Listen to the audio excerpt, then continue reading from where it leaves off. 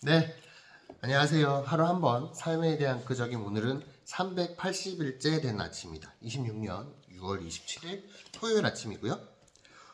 오늘도 4시에 일어나서 이렇게 끄적이고 있습니다. 어제 이제 까미의 이방인을 어제 다 읽었고, 어저께 이 전체적인 내용에 대해서 제가 생각하는 느낌을 말했잖아요. 그리고 난 다음에 어제 이제 뒤에 이 옹기미의 어떤 해석본이랑 그리고 어떤 자료 서칭을 통해서 까미에 대해서 좀 알아봤거든요. 그랬더니 어제 제가 얘기한 거는 정말 어떻게 보면 까미가 진짜 전달하고자 하는 길이 여기였는데, 저는 이렇게 다르게, 조금 다르게 그렇게 생각을 역시나 하고 있었더라고요. 근데 전체적인 느낌은 비슷했던 것 같긴 해요. 까미가 얘기하고자 하는 거를 저는 중간에서 목적지는 여기였는데 저는 여기 옆에서 조금 더 많이 헤맨 듯한 느낌? 결국에는 같은 목적지를 가는 거긴 한 것 같다라는 생각을 좀 했습니다. 그래서 까미에 대해서 알아보면 알아볼수록 와, 이 사람 정말 매력 있구나라는 거를 정말 느꼈어요. 까미에 대해서 조금 더 이 책들을 좀 찾아볼 생각입니다. 더 재밌을 것 같아요. 너무 재밌을 것 같아요.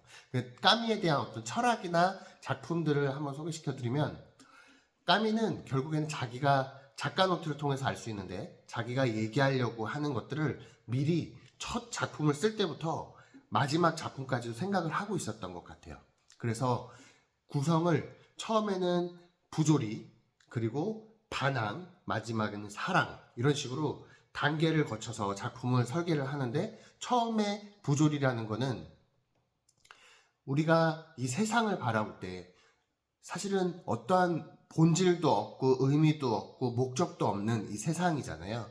세상에는 어떤 목적이 있지 않죠. 그냥 존재하는 거잖아요. 그러고 인간은 근데 그 의미 없는 세상을 보면서도 어떤 의미를 찾으려고 하죠. 인간의 본성이잖아요. 무언가 목적이 있을 거야. 우리 인간이 살아가게 되는 의미가 있을 거야. 라고 생각을 하다 보니까 이 아무것도 의미 없는 세상과 의미를 찾으려고 하는 인간 사이에 이 부조리가, 이 간극이 생긴다는 거예요. 그게 자연스러운 거라는 거죠.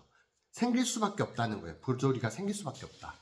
당연한 건데, 이제 그거를 우선 인식하는 게 이제 처음에 부조리에 대한 얘기를 하는 거였고, 그거에 대한 연관되어 있는 작품이 이제 시지프 신화, 그리고 이방인, 그리고 뭐 갈라고프, 칼리굴라, 이렇게 그런 작품들이 있고, 그 다음에 이제 반항의 단계로 넘어가게 되는데, 이게 이제 실존주의와 좀 차이가 나는 거긴 해요. 그래서 저는 실존주의보다 이 샤르트르의 실존주의 구토나 이런 것보다 오히려 이 책이 저는 더 매력적으로 느껴질 것 같은데, 이 간극, 세계와 의미 없는 세상과 그리고 의미를 찾으려고 하는 이 간극, 이 부조화에서 인간이 할 수 있는 건 그냥 의미를 창조하는 것이 아니다. 어차피 의미 자체도 없는 거잖아요. 없는 거니까 그냥 그 현실을 직시하고 그냥 받아들이는 거예요.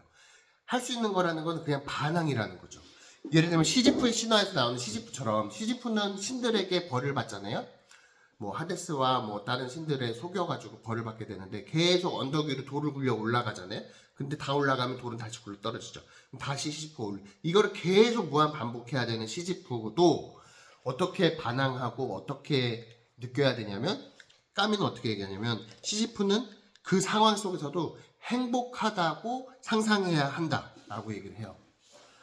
계속 굴러 떨어지는, 올라가고 떨어지고 올라가고 떨어지는 이 상황에서도 시지프는 행복하다고 상상해야 한다. 이게 반항이라는 거예요. 인간이 할 수 있는 것. 너무 저는 너무 재밌게 읽었는데, 아무튼 너무 재밌게 생각이 들었어요. 그래서 결국에는 이 반항하는 작품이 뭐가 있었냐면,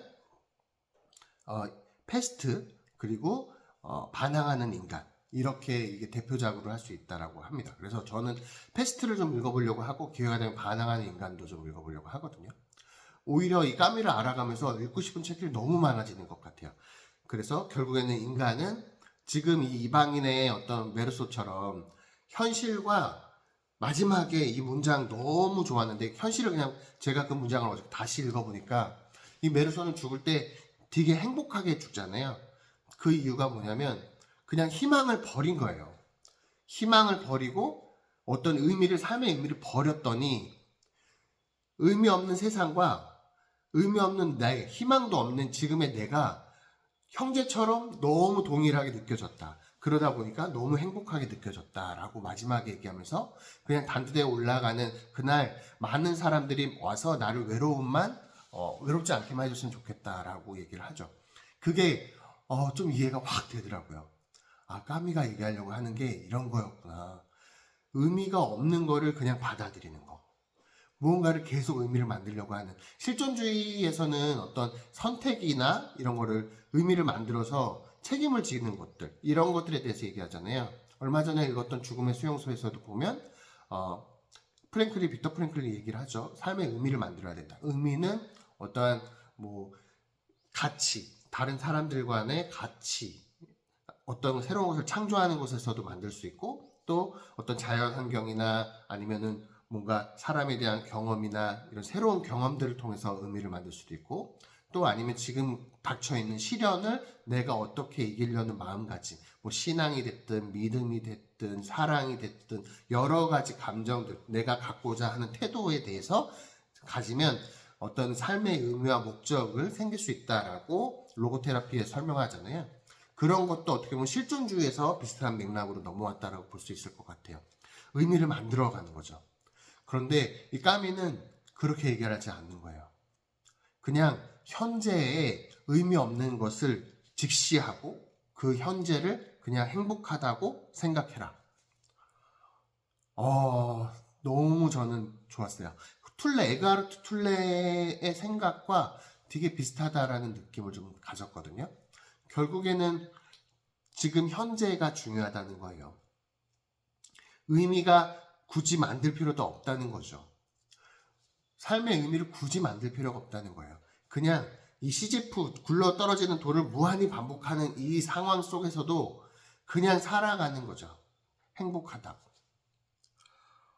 와, 저는 그게 이 까미에 대한 생각이 너무 좀 더 궁금해졌습니다. 그래서 안과 겉, 이 산문집이 있는데 안과 겉이나 아니면 반항하는 인간, 패스트. 그래서 오늘부터 패스트를 또 읽을 거예요. 오늘부터는 이 책을 읽을 건데 어떻게 인간이 반항을 하고자 하는지, 이 까미는 어떻게 설명했는지 조금 더 까미의 생각을 알아보고 싶습니다. 와, 너무 재밌게 읽었습니다.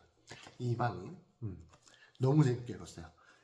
행복이란 무엇인가? 나는 행복하게 살고 있는가에 대한 질문에 삶의 의미를 꼭 만들어내는 것이 아니라 그냥 살아있는 것 존재 자체만으로도 행복하다라고 생각하는 거. 이게 매일 제가 아침에 일어나서 루틴으로 하는 명상이랑도 연계가 돼 있어서, 명상이라는 거는 생각을 비우는 거죠. 사랑, 감사, 기쁨, 자비에 대한 감정을, 그리고 진선미에 대한 감정을 쫙 채운 다음에 그 사색하는 거에서 그거를 다 내려놓는 거예요. 육체에 대한 느낌도 내려놓고 어떤 생각에 대한 느낌도 내려놓고 그냥 존재 자체를 느끼는 게 명상이거든요. 그러다 보면 뭔가 충만한 감정이, 현재에 대한 충만한 감정이 생기죠. 그런 것들을 지금 딱 까미는 이 인간의 반항에 대한 방법으로서 설명해주고 있는 것 같아요. 그냥 현재를 그냥 사는 거죠. 까르페 디엠. 너무 좋은 것 같습니다. 이 마지막 문장이 그러다 보니까 자연스럽게 이해가 되기 시작했어요. 한번 이 마지막 문장 읽어주고 오늘 느낌을 한번 정리를 해볼게요. 그 커다란 분노가 나의 고뇌를 씻어주고 희망을 비워버리기라도 했다는 듯 신호들과 별들이 가득한 이 밤을 앞에 두고 나는 처음으로 세계의 정다운 무관심에 마음을 열고 있었다. 세계와 내가 하나가 되는, 똑같다라는 걸 느끼는 거죠. 세계가 그토록 나와 닮아서 마침내 그토록 형제와 같다는 것을 깨닫자 나는 전에도 행복했고 지금도 여전히 행복하다고 느꼈다. 모든 것이 완성되도록 내가 외로움을 덜 느낄 수 있도록 내게 남은 소원은 다만 내가 처형되는 날 많은 구경꾼들이 모여들어 증오와 함성으로 나를 맞아주었으면 하는 것뿐이었다. 이 문장이 어제도 읽어드렸지만 오늘은 어제보다 조금 더 깊게 이 문장이 저한테 다가오는 것 같습니다. 세계가 그토록 나와 닮아서 의미 없는 세계와 희망을 버린 의미를 없앤다가 너무나 닮아서 마침내 형제 같다는 것을 느꼈다. 그러다 보니까 나는 전에도 행복했고 지금도 행복하다고 느꼈다. 까미 정말로 궁금한 너무 좋은 저한테 또 새로운 느낌을 다시 한번 느끼게 하는 그런 아주 멋진 그런 작가인 것 같습니다. 조금 더 읽어봐야겠어요.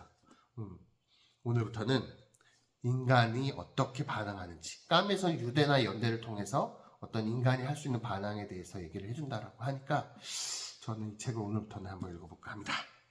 네, 오늘 하루도 아싸비오 정말 좋은 하루잖아요. 오늘 토요일 아침인데 정말로 가치 있는 하루, 사람과의 만남에서 어떤 새로운 것을 창조하는 가치, 그리고 또 새로운 경험하는 하루가 되시길 진심으로 바라겠습니다. 또 내일 같은 시간에 뵙도록 하겠습니다. 감사합니다. 좋은 하루 되십시오.